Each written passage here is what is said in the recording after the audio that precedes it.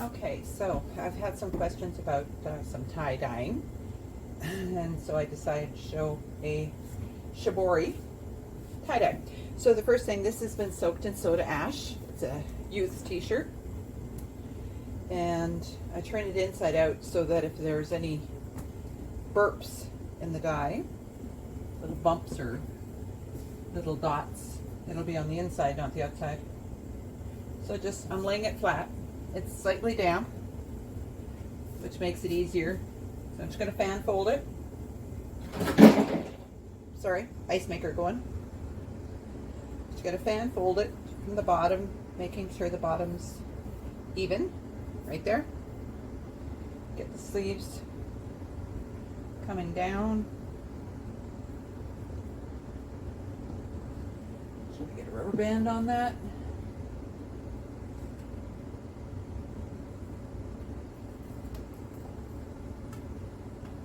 That way it's easier. It doesn't move on me when I'm doing the sinew. So, I'm going to use artificial sinew. It is wax coated cotton string. It helps, it's self-binding, so that when you wrap it, make sure you can see in the camera. Yep. So when you wrap it, it creates the white line. I'm going to do the first one 4 times. And pull tight. All right.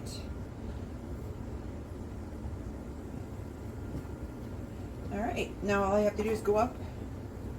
This is called Shibori. So the wax sinew, again, when it's pulled tight, it creates lines. And I'm going to be ice dyeing this. The sinew I'm using is a 100-pound pulp. So they say it doesn't break unless you apply more than 100 pounds of pressure, but I have to say I don't necessarily believe that because I've broken it many times. And I'm holding it down, pulling the string, and I've got it wrapped around this spindle,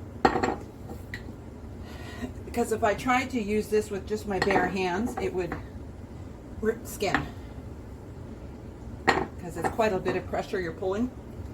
And you don't ever use this on wet rayon because you will make a hole. Trust me. Or I should say, ask me how I know this. Yeah. I'm going to be ice dyeing this. Oh, I didn't even introduce myself.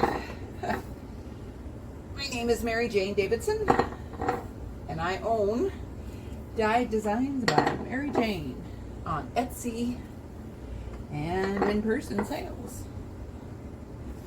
I have everything, I guess, a little bit. Silk, that was my first love. Learning how to dye on silk, my sister taught me that. All right, and I top the end off again, 4, 1, 2, 3, 4, just an extra one, just in case. And pull that one really tight.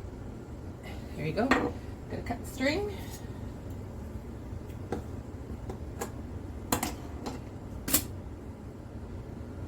All right, so now I'm going to get my container to put it in.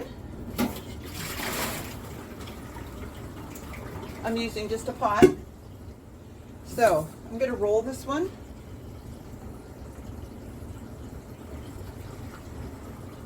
I'm only going to use one color to dye this, but because it's ice, I think that container's too big. Let's see, what other one do I have handy? None. Because I wasn't prepared. Will it work? Nope, that's too big. All right, get a smaller pot. That figures. Oh, that's perfect. You know, I don't know about you, back in the day when I worked, this was a salad strainer or a noodle. Microwave it. You know, you could do it in the microwave while you're in a rush when you're working. I don't have those rushy days anymore. Thank you, Lord.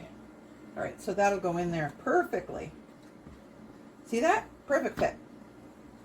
So I am muck dyeing this. And muck dyeing means you put this in a container and ice on it and then the dye powder on it. But as the ice melts, the dye powder dissolves and fragments whatever color you're putting in there. And if you leave it in the muck, don't move it or touch it for 24 hours, or else the colors will move on you and it turns to mud. That's why they call it muck. If you wanted to do it like just a drip, you would put this on a suspended thing so the dye would go drip down. But I'm going to put this inside here. Oh no, it doesn't fit. Just my day. Good thing I got many containers. That'll work. All right, and get my ice. Good thing I got an ice maker, huh?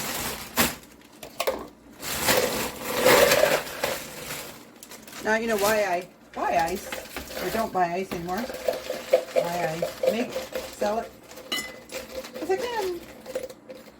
I go through so much. All right, put that back in the freezer. And I'm going to get a little soda ash to put on top of that.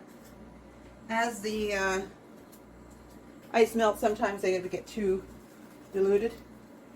This will help the color stay strong. And I'm using a Dharma Trading color called Peacock Blue. Love this color. I use professional Peruvian dye only.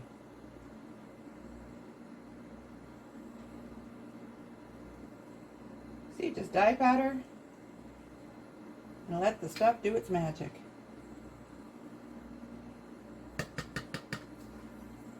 There you go. So now I have to wait 24 hours. You can kind of see on this side. You see that? See if I can zoom in on that. See that blue? Huh, it's cool. It's kind of a greenish blue pigment. All right. I'll see if I can add a photo to that later. Bye-bye.